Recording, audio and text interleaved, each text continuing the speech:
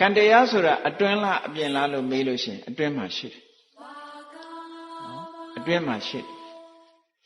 ဘာဖြစ်လို့တော့ဆိုရင်ကိုယ်တဏ္ဍာမှာကိုယ်စိတ်ထဲမှာဖြစ်တဲ့စေရနာစွမ်းအားတွေကိုယ်တဏ္ဍာမှာဖြစ်တဲ့စေရသိက်တရားတွေကိုကံလို့ခေါ်တာကို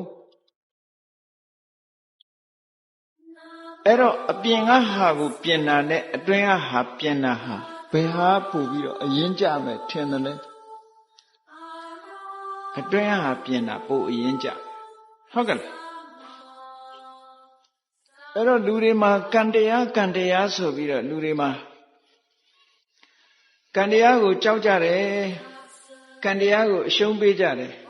အရာရာဟာမှာလူတွေမှာအရာထဲမှာပြောတယ်အေးကံတရားတိုင်းပဲကံစီမံတဲ့အတိုင်းခံရတော့မှာပဲလို့ဆိုဒါကလဲဆင်းပြီးတော့လက်မြောက်အရှုံးပေးတဲ့ပုံစံမျိုးဖြစ်နေကံတရားကဘယ်သူလှုပ်တာတော့ကိုလှုပ်တာပဲကိုလှုပ်တာကိုကိုယ့်ဘာကိုလက်မြောက်ပြီးတော့အရှုံးပေးတဲ့နလားမပေးတဲ့ဘူးလားမပေးတဲ့ဘူးကိုလှုပ်တာပဲကိုလှုပ်တာကကိုဟာပဲပေါ့တပိတ္တကမ္မတကတတ္တဝအလုံးဟာကံသာလင်ကိုယ်ပိုင်ဥစ္စာရှိတယ်လို့မြတ်စွာဘုရားဟောတာဒါကိုလှုပ်တာကိုပိုင်တယ်လို့ဆိုတာဘာလို့လို့ကိုနဲ့ပဲသက်ဆိုင်တယ်ဘာဖြစ်လို့ကိုယ်ထဲမှာဖြစ်တာကိုယ်တဏ္ဍာမှာဖြစ်တာဥပမာမဲ့လူတယောက်ကိုဆဲရလောက်အောင်ဒေါသဖြစ်ရင်အဲ့ဒီဒေါသကဘယ်မှာဖြစ်တာနော်ကိုယ့်ရဲ့စိတ်နှလုံးထဲမှာဖြစ်တာ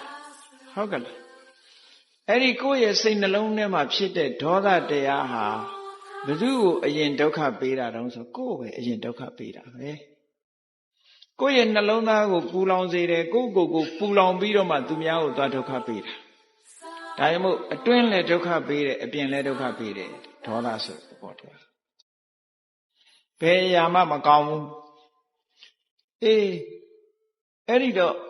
ကိုယ်တဏ္ဍာမှာဖြစ်တဲ့ကံတရားတွေနဲ့ပတ်သက်ပြီးတော့ရှင်းရှင်းလင်းလင်းလေးနားလည်ထားဖို့မေတ္တာမှအရေးကြီးပါတယ်ကံတရားဟာလက်မြောက်ပြီးတော့အရှုံးပေးဖို့လည်းမဟုတ်ဘူးကံတရားကိုအားကိုးယုံကြည်ဖို့လည်းမဟုတ်ဘူးအားကိုးရမယ့်ကံရှိတယ်လို့အားမကိုးရမယ့်ကံတွေလည်းရှိတယ်ခွန်ကြီးတို့တွေဟာ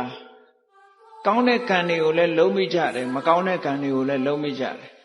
ဘာကြောင့်လုံးမိတုံးဆိုရင်အဝိဇ္ဇာပစ္စယသင်္ခါရလို့ဆိုတဲ့အတိုင်းအမှန်မသိဘူးတဲ့